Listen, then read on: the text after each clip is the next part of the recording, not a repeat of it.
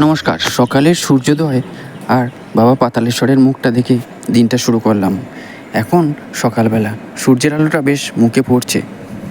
সকালে উঠে সূর্যের দিকে একবার তাকালে যেন সারাদিনের একটা এনার্জি পাওয়া যায়। আর আমি সকালবেলায় স্নান টান করে রেডি হয়ে গেছি, কারণ আমাকে কাজে বেরোতে হবে। আর বেরোনোর জন্য আমি পুরোপুরি প্রস্তুত। আর এই সময় গায়ে যখন সূর্যের আলোটা পড়ছে তখন সত্যি আমাকে নিজেকে অন্যরকম লাগছে। কারণ প্রতিদিনের এই সকালের সূর্য মনে নতুন আশা জাগায়, নতুন স্বপ্ন জোগায়।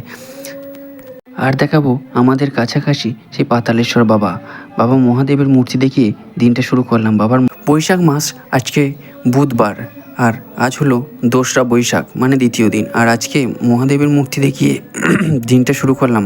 আশা করি তোমাদের দিনটা খুব সুন্দর কাটবে। আসলে মানুষ কখন ভারসাম্যহীন আচরণ করে জানো? মানুষ কখন অস্বাভাবিক আচরণ করে অন্য মানুষের সাথে, কারণ যখন মানুষ তার নিজের মনের সাথে যুদ্ধ করে পেরে ওঠে না, হেরে যায়, যখন হাজারো দুশ্চিন্তা তাকে ঘিরে ধরে, তখনই মানুষ অস্বাভাবিক আচরণ করে। কেমন যেন বেঁচে থেকেও মরে যাওয়ার মতো ফিলিংস আসে। মনে হয় পায়ের তলায় মাটিটাও সরে যাচ্ছে দিনের দিন। আর তখনই আমাদের ভগবানের কথা মাথায় আসে, তাই না? তাই বলো, হর হর মহাদেব। সকলের দিনটা ভালো কাটুক। টাটা, আবার দেখা হবে।